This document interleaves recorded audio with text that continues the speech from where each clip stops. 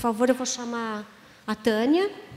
A Tânia Aparecida Silva Brito, ela é superintendente de áreas protegidas, Instituto do Meio Ambiente e dos Recursos Hídricos do Distrito Federal, Brasília Ambiental. A Tânia é uma pessoa muito conhecida na comunidade científica, ela ajudou, foi muito proativa no ProAntar, na década de 90, 2000. Então, com vocês, a professora doutora Tânia. Bom, primeiro eu gostaria de agradecer muito o convite para estar aqui hoje, né? Já faz vários anos que eu não lido com o tema antártico, que eu não participo de uma reunião antártica, faz, não sei lá, uns 7, 8 anos, que eu estou longe do programa. Mas eu participei, como eu falei, a Thaís e eu tivemos um susto quando nós vimos que era a 35ª operação. Olhei para ela e falei, a gente começou na 5ª. Né? Então, faz muito tempo. E participei ativamente. Eu participei muito também das discussões ambientais. Né? Eu participei de 9 reuniões das partes consultivas do Tratado da Antártica. Né? Eu fui vice-presidente do Comitê de Proteção Ambiental. Então, foi algo que eu me envolvi muito. Só que, quando me chamaram para vir aqui, eu tinha muito pouco tempo e eu tinha que me atualizar. Eu levei um certo susto. Então, eu fui buscar, fui verificar nas últimas reuniões de tratado o que estava acontecendo, né, quais os desenrolares, porque, na realidade, os temas são muito recorrentes. E sorte que, por um lado, né, o meu que teria que me atualizar, que tudo anda muito lentamente, na realidade, nessas negociações diplomáticas, né? Mas muita coisa aconteceu nesses últimos anos, especialmente esse ano. Né? Então, assim, há um certo marco a partir de agora. Isso daí eu tirei até, acho que, da página do secretariado. A gente tem muito que celebrar com relação aos 25 anos de proteção da Antártica. Na realidade, os 25 anos são da assinatura do protocolo, que faz aniversário agora, dia 4 de outubro, mas ele entrou em vigência somente em janeiro de 98. Então, na realidade, de proteção efetiva, faz menos tempo. Mas a gente tem que celebrar muito, porque esse é um dos melhores acordos internacionais, né, especialmente em relação à conservação. Né, foi muito bem sucedido. Então, eu agora que trabalho sou superintendente de áreas protegidas no Cerrado, né, eu sei o quanto é difícil você proteger qualquer pedaço de terra hoje em dia. Agora, você imagina proteger um continente que é mais do que um Brasil e meio, né, e todo o seu oceano ao redor. Então, assim, é um feito, é algo realmente para se celebrar. Né? E a Antártica hoje antes, deixa eu falar como vai ser um pouco o roteiro do que eu vou falar. Estão me apressando, correndo, que eu vou tentar correr um pouco. Mas eu vou falar um pouquinho, brevemente, da história da conservação. Eu vou repetir algumas coisas, porque que vários aqui já falaram, principalmente o conselheiro Paulo. Né? Então, assim, algumas coisas eu vou repetir, mas é bom que as pessoas vão gravando. E depois eu vou falar um pouquinho do que, na realidade, né, o que o protocolo protege, como que ele protege, quais os temas prioritários do momento, e os desafios que a gente tem para o futuro, e aí vou inserir um pouco o Brasil nisso daí. Então, minha fala é mais ou menos em cima disso. Hoje, a Antártica é isso aí que todos nós conhecemos, uma reserva natural consagrada à paz e à ciência. Né? Muita gente que está entrando em contato está se familiarizando com esse tema, deve imaginar que a Antártica é pristina, que nunca foi alterada pelo ser humano, que está lá intocada. Né? A ideia que se tem é essa, e o protocolo vem para mantê-la dessa forma, mas isso não é bem verdade. Né? A Antártica foi muito impactada no passado. É por isso que hoje a gente conserva. Porque ela foi muito... Eu fui buscar, nas minhas palestras que eu dava antigamente sobre história, né, da Antártica, um pouco disso daí. Achei alguns slides. Então, quando se descobriu que tinha muitos recursos vivos na Antártica, teve uma corrida atrás desses recursos. né? Então, assim, havia relatos de muitas baleias, muitas focas, enfim. E o que aconteceu foi que, no século XVIII, a gente quase acabou com muitas dessas espécies, né? Então, assim, mais de 3 milhões de peles de foca foram retiradas das ilhas subantárticas no período de 7 anos. Né? Os elefantes marinhos, eles serviam de alimento, combustível, couro para sapatos, fio para costurar, que era tudo que eles utilizavam na época. Os lobos marinhos eram muito procurados pela sua pelagem, quase entraram em extinção. Né? Para vocês terem uma noção, um caçador experiente ele era capaz de matar e esfolar 60 focas em 1 hora. Né? Então, assim, foi muito. E o extermínio das focas das Shetlands do Sul, durante poucos meses, era realmente assustador. Tanto que, em 1820, já se pensava em conservação. Né? Que foi o James Weddell. Ele estimou que 320 mil focas foram levadas por conta das peles, em 2 estações apenas. Né? E 940 toneladas de óleo de elefante marinho. Então, mais de 100 mil filhotes morriam a cada estação devido à morte de suas mães. Então, era muita coisa. Então, o Weddell foi, né, um dos primeiros a propor a preservação. Estabeleceu um limite de 100 mil focas a cada temporada. Quando a gente pensa hoje de 100 mil focas, mas na época era conservador. E, por causa da sua pele, o lobo marinho esteve à beira da extinção no século XIX, né, quando foi reduzido a poucas centenas de indivíduos. O lobo marinho é um dos exemplos, um dos maiores exemplos que a gente tem de recuperação ambiental, por conta disso, que ele chegou quase ao extermínio. Né? Aí, no século XX, foi a vez das baleias. Então, isso aí, para vocês terem uma noção, muitas dessas fotos que eu vou colocar não são na Antártica, mas para vocês terem uma noção do que era aquilo ali. Né? Só na temporada de 1909 e 1910, 6 mil baleias foram retiradas das Ilhas Geórgias do Sul e Deception. Tá? Entre 1904 e 93, 2 milhões e 32 mil baleias foram caçadas. A caça comercial dizimou os estoques a uma pequena fração do estoque original. Então, sobrou lá 3% da jubarte, 1% da baleia azul, ou seja, acabou-se com quase tudo. Né? Isso daqui, não, obviamente, não é lá, mas é uma ideia do que vocês podem ter de como era a Baía do Almirantado naquela época. Ali na Baía do Almirantado, eles encurralavam as baleias. Né? Então, era isso daí. Por isso que a gente anda nas praias e o que a gente vê muito ali são esses ossos de baleia. Por quê? Porque matou-se muito ali. Então, no final do século XVIII, início do século XIX, por que precisava tanto desses organismos? Por que se caçava tanto? Por que tinha tanto valor? Era porque a sociedade ela dependia do óleo de baleia, né, de elefante marinho, que eles lubrificavam máquinas, eles iluminavam as ruas de vilas e cidades, as lamparinas das casas, até era feito perfume, tudo se aproveitava, pele, osso, tudo. Então, ou seja, tinha um valor enorme. Por conta de tudo isso, por conta desse extermínio, por conta de quase acabar com tudo que espécies de baleia,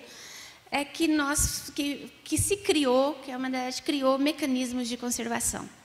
Tá? Então, o primeiro, obviamente, de 46, que foi a Comissão Internacional da Baleia, que é com o objetivo de estudar as baleias e estipular cotas de caça. Então, quando criaram a Comissão Internacional da Baleia, imediatamente as francas, as cinzas, as jubartes foram protegidas, né, da Antártica. Foi proibida a caça em algumas áreas e períodos da Antártica. As baleias caçadas deveriam ter um comprimento mínimo. Foi proibido matar fêmeas com filhotes. Então, criou-se regras. E já em 64 foi elaborado pelas partes consultivas, né, o documento Medidas de Conservação da Flora e Fauna Antártica, que depois foi incorporado, é um dos anexos do protocolo. Tá? Então, foram adotadas medidas para proteger a flora e fauna nativa, assim como regras para a introdução de espécies exóticas, tudo que está dentro do protocolo. Também previa áreas de especial interesse ecológico, como áreas protegidas, que também é um dos anexos. Né? Isso já em 64. Então, aí veio a Convenção para a Conservação das Focas Antárticas, né, que em 72, que até já foi mencionada aqui. Então, ela foi criada para estabelecer medidas de regulamentação da indústria de focas. na realidade, se retomassem, né? Então, foi esse o enfoque. Então, algumas espécies de foca foram totalmente protegidas e limites de captura foram designados para as demais. Hoje, as focas antárticas são protegidas, né? E existia uma categoria que era a de espécie especialmente protegida. Os lobos marinhos, por ter quase sido eliminados, eles eram uma espécie especialmente protegida. Só que esse status já caiu. Eu estava até na reunião que decidiu por tirar o lobo, por quê? Protegeu demais, proliferou demais, começou a ter um problema. Então, hoje, continua protegido, só que não especialmente, né? E depois a CAMELAR, né, que é a Convenção para a Conservação dos Recursos Vivos Marinhos Antárticos, que ela nasceu por conta do temor de que a pesca indiscriminada de krill pudesse afetar baleias, focas, pinguins e outras espécies, né, e direto ou indiretamente. E ela, a CAMELAR, ela determina espécies protegidas, limites de pesca, delimita regiões de pesca, regula a época e os recursos disponíveis para pesca e estabelece a inspeção das pescarias. Pelo meu envolvimento, eu vou até fazer uma homenagem a Edith Fanta, que foi uma brasileira que participou ativamente da CAMELAR. Ela foi presidente do comitê científico da CAMELAR, trabalhou por mais de 20 anos na CAMELAR, né? Então merece todo o nosso respeito e homenagem. E agora, da convivência que eu tive, porque a CAMELAR fazia parte das reuniões tratadas, das reuniões do Comitê de Proteção Ambiental, na minha impressão particular, a CAMELAR sempre protegeu os interesses de pesca, mais do que qualquer outra coisa. Tanto que, quando a gente quer proteger uma área, como foi, ou um caso de gerenciar especialmente, como foi o caso da asma da Baía do Almirantado, teve que ser aprovada pela CAMELAR, porque tem um componente marinho, tem interesse de pesca, eles tinham que ver se isso não atrapalharia os interesses. Mas, claro que ela ordena toda a atividade de pesca ali, é fundamental, é importante. E, por fim, o protocolo, que é o que a gente está homenageando hoje, é o Tratado da Antártica sobre Proteção do Meio Ambiente, que esse é o nome certo. O Protocolo de Madrid é um nome fantasia, né, pela assinatura em Madrid, né? Então, aqui já foi falado um pouco, então não precisa até demorar muito nisso daqui, que na década de 80 teve toda uma discussão em cima das questões minerais, né? E, então, em 88, né, foi adotada a Convenção sobre a Regulação das Atividades Relacionadas a Recursos Minerais Antárticos, que é a CRAMA, né, na Nova Zelândia. Como o conselheiro Paulo já falou, houve toda uma oposição liderada pela França, pela Austrália, pelo Greenpeace, né, pelas ONGs, né, na época. E, então, acabou nunca entrando em vigor, né, a CRAMA. E só que aí, logo em seguida, na outra reunião da convenção, a França levou um documento que seria um anexo à convenção, né? E esse documento é que originou o Protocolo de Madrid, tá? Então, na realidade, uma coisa que eu acho importantíssima só um minutinho. Importantíssimo a gente ter em mente que é o seguinte: o protocolo não nasceu assim de que vamos proteger a Antártica, né? Então, assim, a partir de agora a gente vai... Não, nasceu o protocolo para proteger a Antártica da explotação mineral por 50 anos. Na verdade, ele foi muito focado nisso daí, tá? E aí, a partir daí, claro, então, assim, a gente teve... Até fala que a Antártica tem algumas fases: a fase da exploração, a fase da conquista, né, de se querer dividir em territórios, a fase da ciência, né, que é importantíssima a partir do momento que entrou em vigor o Tratado da Antártica, que se descobriu muito sobre a Antártica, e a partir daí, a partir do protocolo, a gente começa a fase ambiental, e o enfoque muda para outro, né? Então, o Protocolo de Madrid, ele, né, como a gente falou, foi assinado em 4 de outubro de 91, né, e ratificado por todas as partes, entrou em vigor em 98. Então, ele estabeleceu uma moratória que proíbe quaisquer atividades de exploração de recursos minerais, com exceção das científicas, por um período de 50 anos, até 2048.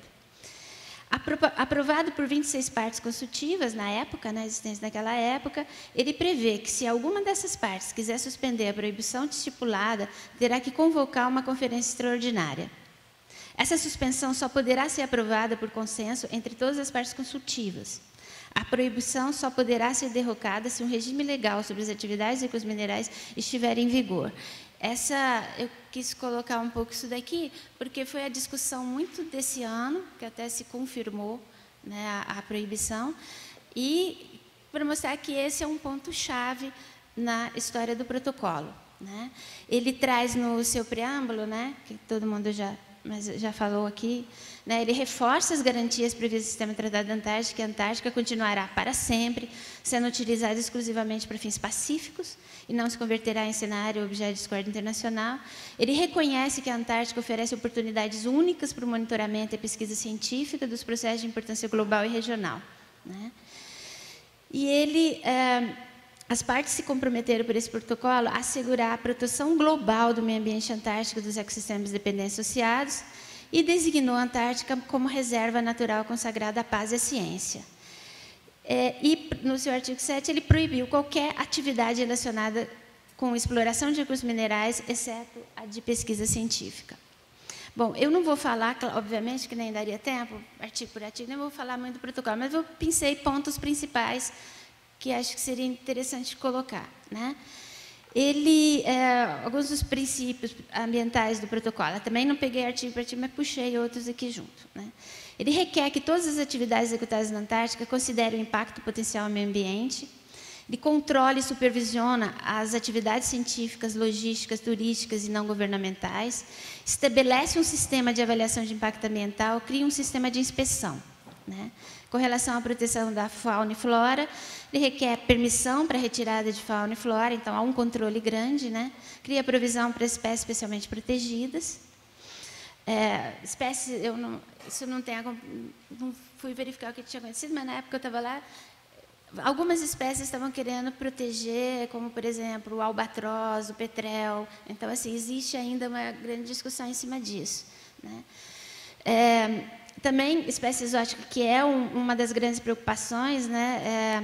Tem a proibição da introdução deliberada de espécies exóticas, tem muito trabalho feito em cima disso, o Ano Polar Internacional também trabalhou muito em cima disso, e prevê também mitigação por meio de biossegurança da introdução acidental. Por exemplo, alguns programas, tipo o australiano, eles aboliram tudo que é velcro das roupas, porque é uma maneira de levar pólen, né, sementes para a Antártica. E eles também têm toda uma estratégia de quarentena, com todos os contêineres, tem toda uma preocupação com relação a isso. E um dos trabalhos que estava lendo do Ano Polar Internacional, sobre essas espécies exóticas, fala que 30% dos visitantes que vão para a Antártica levam algum tipo de semente. Então, ou seja, a gente está introduzindo alguma coisa nova lá. Aí, a maioria, obviamente, não se adapta àquele ambiente, mas uma ou outra podem se adaptar, como as gramíneas que a gente tem lá, que são exóticas, né? Também, um dos temas é a prevenção da poluição marinha, né, que proíbe a descarga de substâncias líquidas nocivas, águas residuais e eliminação de lixo, controla a capacidade de armazenamento dos navios, indica medidas preventivas para a situação de emergência. A proteção de áreas, que é algo que cada vez mais áreas estão sendo protegidas, né? Então, são valores específicos protegidos por áreas especialmente protegidas e áreas especialmente gerenciadas. E é bom lembrar que a ASMA da Baía do Almirantado, que é uma área especialmente gerenciada, foi a ASMA número 1, que foi proposta pelo Brasil e pela Polônia, pelo professor Rocha Campos, que está aqui, que trabalhou intensamente e que deu origem a essa categoria. E que hoje existem inúmeras ASMAs, né? E ali a gente trabalha muito bem com os 5 países que estão naquela Baía do Almirantado. E proteger áreas é uma ferramenta já constatadamente efetiva na proteção do meio ambiente. Isso com relação a áreas marinhas protegidas. Isso daí é uma metodologia que está sendo cada vez mais utilizada, né? E também criou o Comitê de Proteção Ambiental, né, que é o principal corpo consultivo da reunião das partes consultivas do Tratado da Antártica, né, e tem a função de emitir pareceres e formular recomendações às partes sobre a implementação do protocolo, né. E não vou falar, como já falei aqui, de vários dos 6 anexos do protocolo. Na realidade, em vigor, a gente tem 5, que é a avaliação de impacto ambiental, conservação da flora e fauna, gerenciamento de resíduos, prevenção da poluição marinha, área especialmente protegida e gerenciada. E tem o 6º, que é o de responsabilidades, que foi discutido por 13 anos, tudo é lento, né, nessas negociações. Em 2005, eu estava na reunião de Estocolmo, teve uma forçação de barra para ser adotado ali. Ele foi adotado e até hoje não entrou em vigor. Então, assim, até todos os países ratificarem, isso leva um tempo. Porque é um tema bastante complexo. Quem que é responsável? Tem um derramamento, tem um navio, quem que é responsável pelo dano que é causado ali? Então, esse aí ainda está por entrar em vigor, né? E o protocolo ele tem características únicas, porque ele é abrangente, ele é baseado em conhecimento científico, né? Ele tem uma abordagem ecossistêmica, ele preza pela liberdade de pesquisa científica, tanto que alguns temas que eu achei que tinha até andado também não andou, ficou congelado, é o de bioprospecção, né? Porque exatamente por isso, pela liberdade de pesquisa científica que se tem na Antártica. Então, é um tema que o mundo todo quer olhar para aqueles organismos que tem na Antártica, só que se você patentear alguma coisa ali, então que liberdade de pesquisa você vai dar? Então esse tema foi discutido por muitos anos. Então não sei, eu fui ler as últimas resoluções, que até desse ano tem uma, não se chegou a muito. Então assim, a única coisa que eles falaram é assim, cada país tem que avisar o outro do que está pretendendo fazer ali, né? E algo que é muito importante, que eu valorizo muito, que eu acho que cresce muito, que é a cooperação e a coordenação de ações entre as nações, né? Assim, para mim, a tendência na Antártica é você ter estações internacionais, estações com vários países trabalhando em conjunto. O Ano Polar Internacional foi uma experiência maravilhosa. Pelos dados que eu tenho da época, não sei se mudou depois, foram mais de 50 mil pesquisadores, mais de 63 países que trabalharam em conjunto em cima de um tema, que é mudanças climáticas, em um único lugar. Eu acho isso assim, os resultados que estão surgindo disso daí é algo genial, né? Um outro aspecto que é bom abordar é essa relação meio ambiente e ciência. Quanto mais se conhecer a Antártica, mais a gente vai ter ferramentas para protegê-la. Então, é fundamental, né?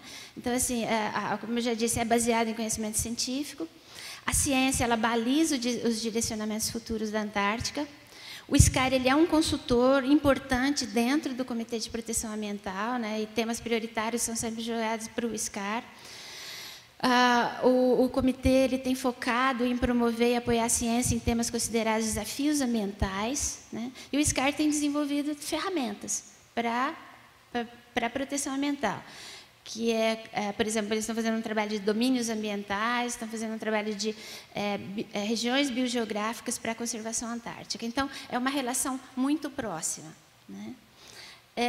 E algo que eu gostei de ver, até que eu li sobre a última reunião do Tratado da Antártica, olhando o trabalho do COMINAP, que as boas práticas logísticas, né? Então, assim, que cada vez várias nações, a maior parte, relatou, né, limpeza de resíduos sólidos antigos, remoção de estações e refúgios em desuso, troca, remoção de tanques e galões de combustível.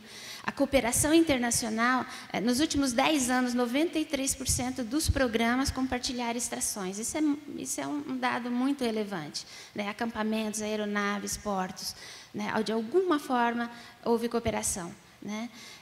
E não só de recursos, mas também para melhorar a proteção ambiental.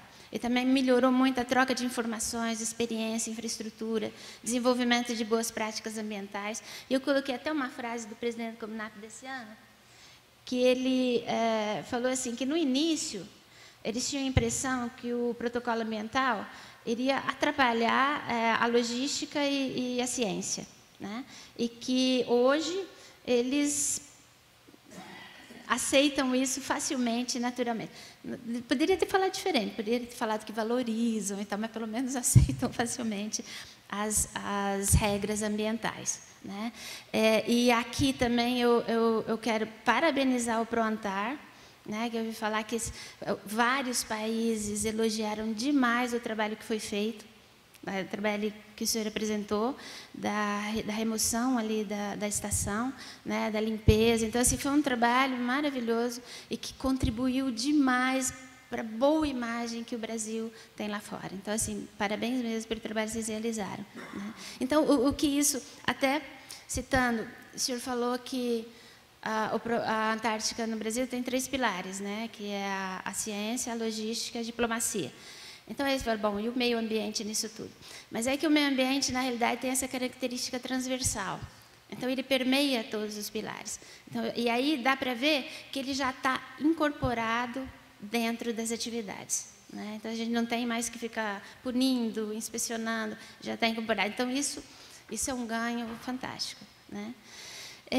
E do que proteger a Antártica? Do que a gente tem? O que se pensa hoje em dia? Quais os nossos grandes desafios e o que se fala muito no momento? Obviamente, das atividades humanas, da exploração de recursos minerais e vivos, espécies exóticas é uma preocupação grande e mudança climática, que, claro, né, é uma preocupação grande, tanto que foi tema do Ano Polar Internacional. E com relação a esse último tema, que é de mudança climática, quando o tratado fez 50 anos, em 2009, nos Estados Unidos, né, teve a Declaração Ministerial de Washington, que as partes consultivas expressaram sua intenção de trabalhar em conjunto para compreender melhor as mudanças no clima do planeta e buscar maneiras de verificar os efeitos das mudanças climáticas e ambientais sobre o meio ambiente antártico e seus ecossistemas dependentes e associados. Ou seja, cada vez mais trabalhar nesse tema, né? Os temas prioritários, o Comitê de Proteção Ambiental, ele, até na época que eu estava lá, já estava começando a desenvolver um plano de trabalho de 5 anos. A cada 5 anos, eles renovam e verificam as prioridades que se deve atacar, se deve estudar, se deve preocupar. Então, eu fui verificar o que surgiu qual que é o último plano, então, o que realmente está considerado como prioritário para as partes do tratado que fazem parte do comitê. O que eu falei que a introdução de espécies exóticas é uma, o impacto do turismo antártico e de atividades não governamentais, que é uma preocupação crescente, né? Apesar de existirem inúmeras diretrizes voltadas para turismo, né? Então, cada ano que passa tem mais. Não pode ter navio com mais de 500 passageiros, não pode descer em terra, não pode ter infraestrutura em terra, hotel, não pode. Então, existem inúmeras diretrizes, mas a gente já está chegando, no próximo ano vai ter 40 mil turistas na Antártica. Então, ou seja, é uma preocupação, e não só isso, é a diversificação do turismo. Hoje vai para acampar, vai para escalar, vai para mergulhar. Então, tem assim, aumenta cada vez mais, né? A pressão global, né, mudança climática, que a gente já falou, áreas especialmente protegidas vão proteger cada vez mais e verificar a efetividade dessa proteção, né? Esse tema é novo, não tinha surgido lá ainda. Proteção e gestão espacial marinha. O uso de ferramentas especiais para se criar áreas marinhas protegidas, né? Então, existe já uma meta que a gente já ultrapassou, que é fazer com que 10% de todos os oceanos sejam estritamente protegidos. Então, isso daí ainda a gente está... Essa meta a gente já não conseguiu alcançar, mas existe essa meta. Então, é um trabalho que isso falando não só na Antártica, mas, né, todos os oceanos, é um trabalho que tem crescido muito e tem sido bastante fortalecido. E agora, na Antártica, eles estão também querendo criar ferramentas para proteger melhor a área marinha, né? Recuperar e mitigar ambientes degradados, o human footprint, que eu traduzi como pegada ecológica, né, e gestão da natureza, esse é um outro tema. Aumentar, né, a geração do conhecimento sobre biodiversidade antártica e espécies especialmente protegidas. Então, esses são os temas que o CEP tem considerado como prioritários, né? Então, aqui estou citando algum, aquecimento global. Esse tema não está lá na lista, mas que eu pus aqui porque eu acho super importante e não tem sido muito considerado, a acidificação dos oceanos, né? Porque todas essas carapaças, tudo isso daí tem problema, né? Introdução de espécies exóticas, que, como eu falei, é importante, introdução de doenças, principalmente aves que andam o resto do mundo e voltam para lá, o turismo, como eu falei, cada vez aumentando mais, né? A pesca ilegal continua sendo um problema, que já foi citado aqui também, né? E é incidental. Poluição marinha, claro, né? E aí, quais seriam os desafios futuros, né? A alteração no meio ambiente antártico, por todas essas influências, né? A diversificação das atividades humanas, as interações e consequências disso, né? As pressões externas globais, porque se vocês considerarem que em 2050 a gente vai ter 9 bilhões de pessoas, a gente vai ter menos recursos, a gente vai ter menos combustível, né? Então eu não sei o que vai acontecer em 2048. Né? Então, assim, hoje a gente está reafirmando, existe toda uma percepção, mas a gente pode imaginar que daqui a tanto tempo o mundo pode estar diferente. Então existem essas pressões externas, né? E a evolução das práticas ambientais. Isso aqui é um editorial da Nature de 2014, onde eles falam dos desafios futuros, né? Então, novas prioridades em pesquisa vão surgir a partir dos resultados das mudanças climáticas e possível tensão entre conservação e uso dos recursos. Nos próximos 20 anos, o debate deve se voltar para a estratégia de mitigação e adaptação às mudanças, para amenizar os impactos sociais, ambientais e econômicos. Esforços devem ser focados em previsões mais acuradas, opções de adaptação aos riscos, incluindo reengenharia. Por volta de 2034, o Sistema de Tratado da Antártica terá um número superior de países. Haverá mais especulação sobre a explotação dos recursos a partir do ano de 2048, quando a proibição de exploração dos recursos minerais pode ser revista. O que eles citam que essa tendência tem sido observada no Ártico, né? Só que, aí, como foi mencionado aqui pelo Paulo, né, esse ano, exatamente por conta de tais especulações, foi renovado esse compromisso, né, uma resolução na reunião do Chile. Confirma o compromisso de proibir atividades de recursos minerais na Antártica, com exceção das científicas, apoia a proibição da mineração antártica, né? Então, os representantes, reconhecendo que o protocolo ao Tratado da Antártica, que foi assinado 25 anos atrás, é elemento essencial para os esforços de proteção do meio ambiente antártico, observando que o artigo 7 do protocolo prevê que qualquer atividade relacionada a recursos minerais, com exceção de pesquisa, é proibida, levando em conta que fora do sistema do Tratado da Antártica, há especulação na população e na mídia que acredita erroneamente que o protocolo expira em 2048. Então, muito por conta dessa especulação, né? Relembrando que, de acordo com o artigo 25, o protocolo não expira em 2048. Relembrando que o parágrafo 5 da Declaração Ministerial de Washington, do aniversário de 50 anos, as partes consultivas, se afirmaram seu compromisso com o artigo 7 do protocolo, recomenda a todos os governos reconhecer os benefícios para o meio ambiente antártico e ecossistemas dependentes associados que resultaram da proibição das atividades relacionadas a recursos minerais, com exceção das científicas, reafirmar seu compromisso com o artigo 7 do protocolo e declarar seu firme compromisso para continuar a implementar suas recomendações com alta prioridade para que seja alcançada a proteção global do meio ambiente antártico e ecossistemas dependentes e associados. Ou seja, reafirmando claramente que essas especulações não seriam verdadeiras. A gente não sabe o que vai acontecer lá. Por que isso pode dar certo e realmente ser o que é? Porque as intenções são claras das partes do tratado, né, de que o continente deve ser protegido, e porque, eu acho que essa é a parte importante, a grande percepção pública sobre a importância dessa preservação. A comunidade está toda de olho. Então, eu acho que isso é muito forte, né? E também eu acho que conta muito essa cooperação entre as nações, né?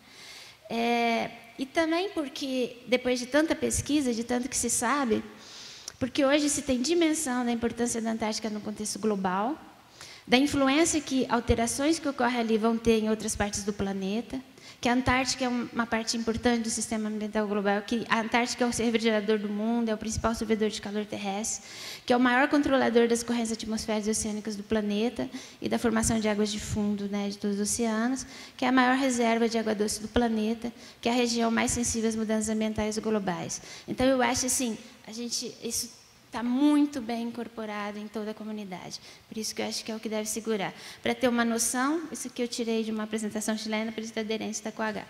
Mas aqui são os países, né, que são partes consultivas e os aderentes, então vocês podem verificar que é boa parte do planeta. Né? Então, para ter uma ideia, isso aqui está atualizado esse ano. Né, que, então, a gente...